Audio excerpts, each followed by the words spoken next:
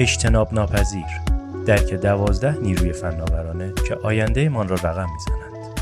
نویسنده کوین کلی. تهیه و تنظیم کتاب صوتی در مجموعه دایموند. فصل اول. بهتر شدن. 60 سال طول کشید ولی بالاخره فهمیدم هر چیزی بدون استثنا برای نگهداری از خودش به نظم و ترتیب و انرژی خارجی نیاز داره. کلیات این واقعیت رو به عنوان قانون دوم ترمودینامیک میشناختم که میگوید هر چیزی به آهستگی متلاشی میشود. این درک جدید فقط مرثیه سرایی یک پیرمرد نیست. مدت‌ها پیش پی بردم که حتی بی حرکت ترین چیزهایی که میشناسیم، سنگ، ستونهای فلزی، لوله‌های مسی، جاده‌های سنگفرش، تکه‌ای کاغذ، بدون توجه، تعمیر و مرتب کردن زمان زیادی پابرجا نمیماند. به نظر میرسد بدون تعمیر و نگهداری چیزی پابرجا نمیماند. چیزی که به تازگی به آن پی بردم و مرا شگفت زده کرده، ناپایداری حتی ناملموس ترین چیزهاست. شناور و فعال نگه داشتن یک وبسایت یا نرم افزار مانند شناور نگه داشتن یک قایق تفریحی است. مانند سیاه‌چاله‌ای همه توجهتان را میبلعد. میفهمم چرا دستگاهی مکانیکی برای نمونه یک پمپ پس از مدتی خراب می شود. رطوبت باعث زنگ زدن فلز می شود یا هوا قطعات آن را اکسیده می کند و یا روغن آن تبخیر می شود که همه اینها به تعمیر نیاز دارند. ولی فکرش را نمی کردم که جهان غیر مادی بیت ها هم فرسوده شود. مگر این جهان چیزی دارد که خراب شود؟ پیداست که همه چیز آن خراب می شود. رایانه های جدید از رده خارج می شوند. برنامه‌های کاربردی به مرور زمان و با بکارگیری ضعیف می‌شوند. کدها میپوسند. نرم افزاری که به تازگی منتشر شده است به سرعت فرسوده می‌شود. همه اینها را خودشان بر سر خودشان می‌آورند و شما در آن نقشی ندارید. هر اندازه تجهیزات پیچیده‌تر باشد، به توجه بیشتری نیاز دارد. حتی برای انتزاعی ترین چیزهایی که می‌شناسیم، یعنی بیت‌ها، گرایش ذاتی به تغییر گریزناپذیر است و یورش تغییر در جهان دیجیتال را باید فراموش کنیم. وقتی همه چیزهای پیرامونتان به روز رسانی میشوند، بر سامانه دیجیتالیتان فشار میآید و تعمیر و نگهداری را به ضرورت تبدیل میکند. شاید دلتان نخواهد به روز رسانی کنید، ولی ناچارید، چون همه این کار را کرده‌اند. این شرایط مانند مسابقه تسهیلاتی بر سر به روز رسانی است. در گذشته تجهیزاتم را به ناچار به روز رسانی میکردم. وقتی کارش را خوب انجام میدهد، چرا باید آن را به روز رسانی کنم؟ خودتان داستان را از بر هستید. چیزی را به روز رسانی می کنید و ناگهان باید چیز دیگری را به روز رسانی کنید که همین عامل به روز رسانی در همه جا می شود. این به روز رسانی ها را سالها به تعویق می انداختم، چون تجربه کرده بودم یک به روز رسانی کوچک در بخشی جزئی می تواند کل زندگی کاری مرا مختل کند. ولی با پیچیده تر شدن و وابستگی فناوری هایی که هر روز با آنها سر و کار داریم به فناوری های جانبی و تبدیلشان به زیست بومی زنده، به تأخیر انداختن به روز رسانی نابسامانی ها را بیشتر هم می کند. اگر از بروز رسانی های کوچک پیوسته چشم پوشی کنید، این تغییرات چنان جمع می شوند که بروز رسانی بزرگ نهایی به مقیاسی آسیب رسان می رسد. به همین دلیل اکنون بروز رسانی را نوعی بهداشت می دانم. مرتب آن را انجام می دهید تا فناوری کاربردیتان را سالم نگه دارید. بروز رسانی های پیوسته چنان برای سامانه های فناورانه ضروری اند که اکنون برای بسیاری از سیستم عامل های رایانه های شخصی و برخی نرم افزارها خودکار انجام می شوند. این ماشین ها در پشت صحنه خودشان را به روز رسانی می کنند و به مرور زمان ویژگی های خود را تغییر می دهند. کم کم رخ می دهند و به همین دلیل متوجه بهتر شدن این سیستم ها نمی شویم. ما این تکامل را طبیعی می دانیم. زندگی فناورانه آینده مجموعه نامتناهی از به روز رسانی ها خواهد بود.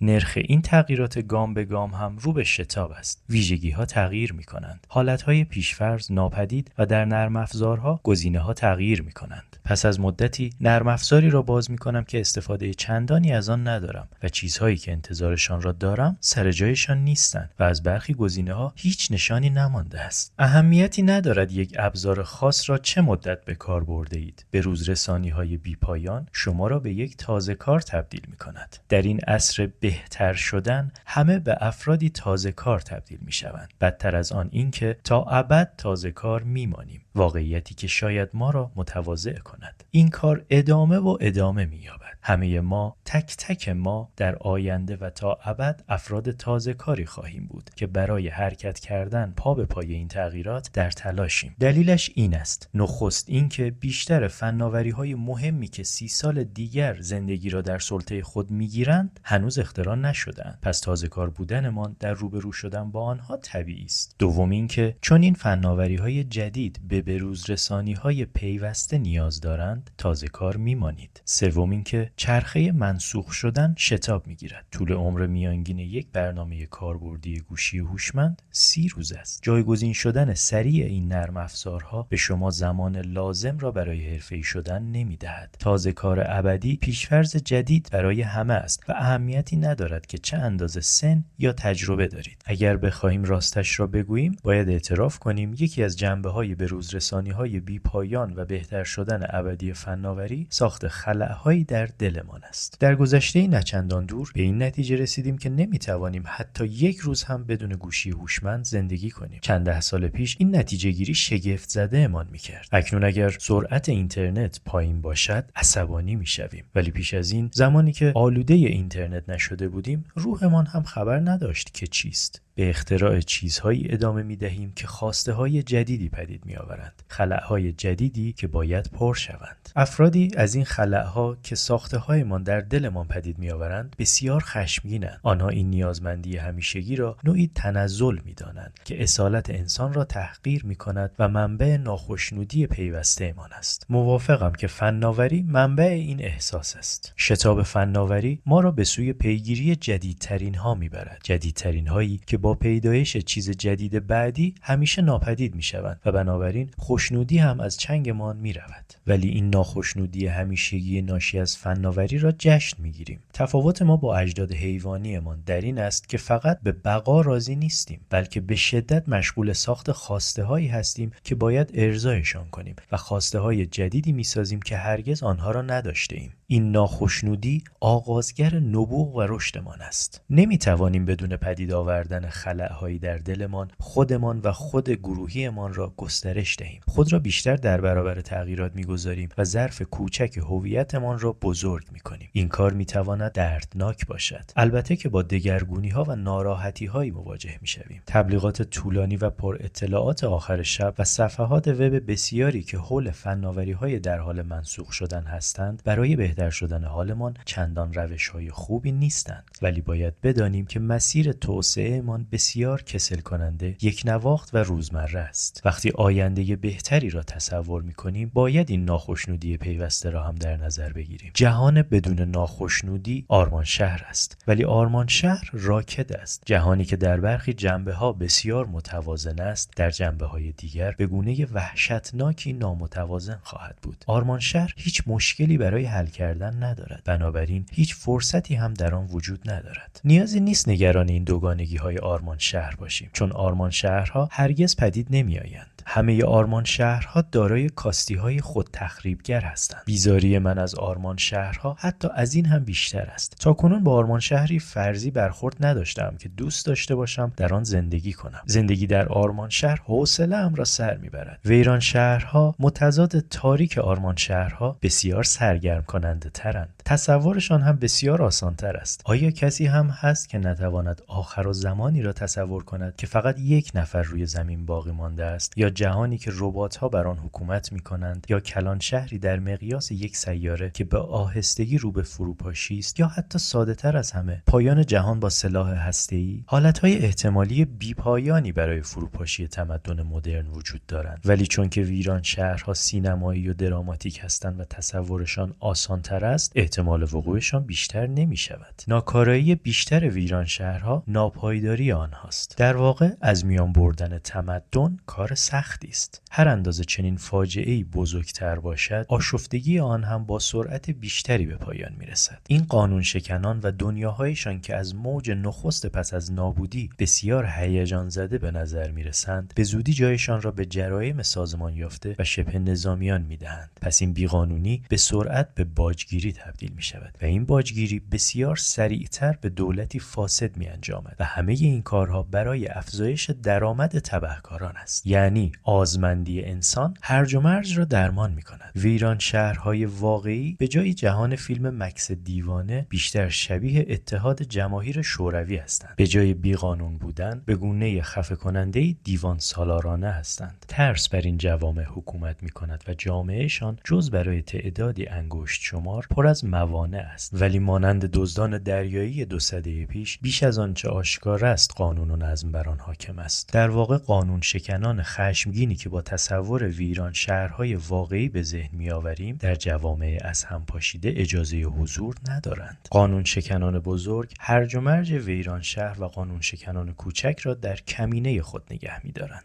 ولی مقصد ما نه ویران شهر و نه آرمان شهر است. فناوری ما را به سوی پروتوپیا میبرد. اگر بخواهیم دقیق تر بگوییم همکنون در پروتوپیا هستیم. پروتوپیا به جای مقصد وضعیتی از بهتر شدن است. یک فرایند است. در حالت پروتوپیایی امروز همه چیز بهتر از دیروز است. البته فقط کمی. در این حالت شاهد بهبود گام به گام یا پیشرفت کم هستیم. پرو در واژه پروتوپیا از مفاهیم فرایند و پیشرفت ریشه میگیرد. این پیشرفت نامحسوس نه چشمگیر و نه هیجان انگیز است. به سادگی میتوان آن را نادیده گرفت، چون پروتوپیا کم و بیش به اندازه مزایای جدید دشواری‌های جدیدی هم میسازد. موفقیت‌های فناورانه دیروز دشواری‌های امروز را پدید میآورند و راه حل‌های فناورانه دشواری‌های امروز دشواری‌های فردا را میسازد. این چرخش میان دشواری‌ها و راه حل‌ها که هر روز دایره آن گسترش می‌یابد، انباشت پیوسته مزایای خالص کوچک را در گذر زمان پنهان می‌کند. از آغاز عصر روشنگری و پیدایش علم هر سال توانستیم کمی بیش از تخریب‌هایمان بسازیم، ولی این درصد کم از تفاوت مثبت با گذشت دهه‌ها مرکب و همان چیزی شده است که شاید بتوان به آن تمدن گفت. این مزایا هرگز سر از فیلم‌های هالیوودی در نمی‌آورند. دیدن پروتوپیا سخت است، چون نوعی بهتر شدن است. فرایندی پیوسته است که به همراه چگونگی تغییر چیزهای دیگر خودش را هم تغییر می‌دهد، جهش می‌یابد و رشد می‌کند. تحسین فرایند آرامی که هر لحظه شکلش تغییر می‌کند سخت، ولی دیدن آن مهم است. امروزه چنان از کاستی‌های نوآوری‌ها آگاهیم و چنان از نوید آرمان شهرهای گذشته ناامید شده‌ایم که حتی تصور یک جامعه پروتوپیایی ملایم در آینده برایمان سخت است. جامعه‌ای که در آن فردا کمی بهتر از امروز باشد. تصور هر گونه آینده‌ای که با خواستمان همخوانی داشته باشد بسیار سخت شده است. می توانید یک فیلم یا رمان علمی تخیلی را که داستان آن روی کره زمین رخ می‌دهد نام ببرید که هم شدنی و هم دلپذیر باشد، به غیر از پیشتازان فضا، چون نه در زمین بلکه در فضا هستند. دیگر آینده‌ای شاد با خودروهای پرنده وسوسه ایمان نمی‌کند. برخلاف سده پیش هیچ کس نمی‌خواهد به آینده دور سفر کند. افراد بسیاری از چنین آینده‌ای می‌ترسند. چنین تصوراتی تفکر درباره آینده را سخت می‌کنند. پس در زمان کوتاه حال گیر افتاده‌ایم. زمان حالی که دورنمایی برای نسل‌های بعدی ندارد. برخی افراد دورنمای هواداران تکینگی فناوری را پذیرفتند. اینکه تصور 100 سال آینده از دید فنی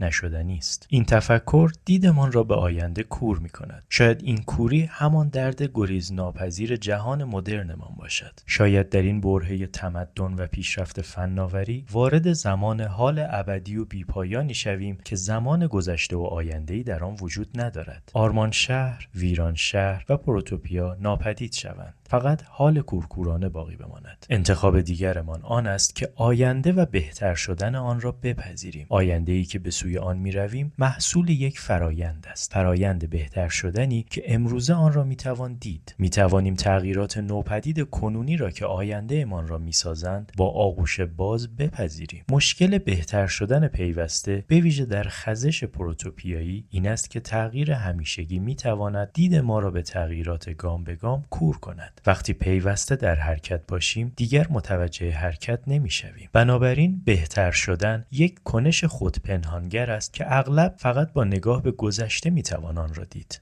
مهمتر از آن اینکه تمایل داریم چیزهای جدید را از دریچه چیزهای قدیمی ببینیم. ما چشمانداز کنونیمان را به آینده گسترش می‌دهیم که در واقع تحریف کردن چیزهای جدید برای سازگاری با دانسته‌های کنونیمان است. دلیل اینکه نخستین فیلم‌ها شبیه اجراهای تئاتر فیلمبرداری می‌شدند و نخستین واقعیت‌های افزوده شبیه فیلم‌ها فیلمبرداری شدند همین است. این به زور جا دادن ایده‌ها در جایی که به آن تعلق ندارند همیشه هم بد نیست. داستانسرایان برای ربط دادن چیزهای جدید به چیزهای قدیمی از این عادت انسانی بهره میبرند، ولی وقتی در تلاشیم به رویدادهایی پی ببریم که در برابر چشمانمان رخ میدهند، این عادت میتواند گولمان بزند. در درک تغییراتی که همکنون رخ میدهند بسیار مشکل داریم. گاهی خط سیر ظاهری چنین تغییراتی به نظرمان باور نکردنی، نشدنی یا مسخره است و به همین دلیل آن را نادیده میگیریم. ولی چیزهایی که چنین روندی را از سر گذراندند برای 20 سال یا حتی بیشتر ما را شگفت زده میکنند. من هم همین عادت را دارم. 30 سال پیش در ساخت جهان آنلاین و 10 دهه پس از آن در ساخت وب مشارکت بسیاری داشتم، ولی در هر گام چیزی را که در حال بهتر شدن بود در همان لحظه به سختی میدیدم. اغلب باور آن سخت بود. گاهی بهتر شدن را نمیدیدیم چون نمیخواستیم به آن شیوه خاص رخ دهد. اگر بخواهیم میتوانیم این فرایند پیوسته را ببینیم. در دوران اخیر نرخ تغییر بی سابقه بوده و ما را شگفت زده کرده است، ولی اکنون میدانیم تازه کارانی همیشگی هستیم و همینطور هم باقی میمانیم. باید بیشتر به چیزهای نشدنی باور داشته باشیم. همه چیز در تغییر پیوسته است و چارچوب‌های جدید بازآرایی ناخوشایندی از چیزهای قدیمی خواهند بود. با تلاش و تخیلمان میتوانیم یاد بگیریم بدون چشم‌بند با وضوح بیشتری به چیزهای پیش رویمان پی ببریم. بگذارید برای نمونه نشان دهم درباره آیندهمان از تاریخ اخیر وب چه چیزهایی میتوانیم بیاموزیم. پیش از ورود مرورگر نت اسکیپ و رابط گرافیکی آن به فضای وب در سال 1994 برای بیشتر افراد اینترنت متن محور وجود خارجی نداشت. چه کسی حاضر بود وقت خود را برای چنین چیز کسالت‌آوری هدر دهد؟ در سالهای 1980 به کارگیری اینترنت محدود به ایمیل‌های سازمانی بود که هیجانی برابر با زدن کراوات خفه کننده‌ای در سراسر روز داشت. اینترنت وجود داشت ولی به کلی نادیده گرفته میشد. هر اختراع نوید بخش جدیدی مخالفان خود را دارد و هر اندازه این نویدها بزرگتر باشند صدای این مخالفان هم بلندتر است. در زمان پیدایش اینترنت و وب پیدا کردن افراد باهوشی که درباره آن چیزهای احمقانه‌ای میگفتند کار سختی نبود. در سال 1994 مجله تایم توضیح داد که چرا اینترنت فراگیر نمی شود. برای تجارت طراحی نشده است و با چیزهای جدید به خوبی هماهنگ نیست. عجب.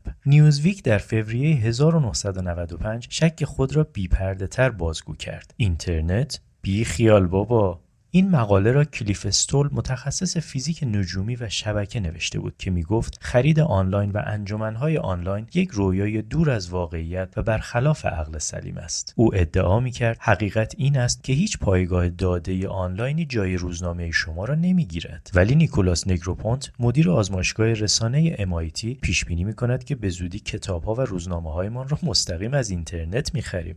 چه حرفی. استول شک رایج آن زمان به یک جهان دیجیتالی پر از کتابخانه‌های تعاملی، انجمن‌های مجازی و تجارت الکترونیک را با یک واژه جمع‌بندی کرد: چرندیات. در جلسه‌ای که در سال 1989 با مدیران برتر ABC داشتم، این بی‌اعتنایی به اینترنت را مشاهده کردم. به این شرکت رفته بودم تا درباره چیزهای اینترنتی ارائه‌ای برای مدیران ارشد این شرکت انجام دهم. باید بگویم که مدیران اجرایی ABC فهمیدند چیزی رخ می‌دهد. ABC یکی از 3 شبکه بزرگ و برتر تلویزیونی در جهان بود. در آن زمان اینترنت در مقایسه با این شبکه مانند یک پشه بود، ولی افرادی که در اینترنت زندگی می‌کردند مانند من میگفتند که اینترنت شاید کسب و کار این شبکه‌ها را مختل کند، ولی هیچ کدام از حرف‌هایم آنها را قانع نکرد که اینترنت چیزی حاشیه‌ای نیست، فقط تایپ کردن نیست و بیگمان فقط مختص پسران نوجوان نیست. اشتراک گذاری و چیزهای رایگان در اینترنت برای این مدیران اجرایی بسیار نشدنی به نظر می رسید. استفان ویزواسر، یکی از نایب رئیسان ارشد ABC در آن زمان، سرانجام نظر مخالف خود را عنوان کرد و به من گفت اینترنت همان رادیوی شهروندان دهه 90 خواهد بود و بعدها هم این سخن را در رسانه‌ها تکرار کرد. ویزواسر استدلال ABC را برای نادیده گرفتن این واسطه جدید خلاصه کرد. در اینترنت نمی‌توانید مصرف کنندگان منفعل را به خوانندگانی فعال تبدیل کنید. من را به سوی در خروجی راهنمایی کردند، ولی پیش از ترک آنجا یک نکته دیگر به آنها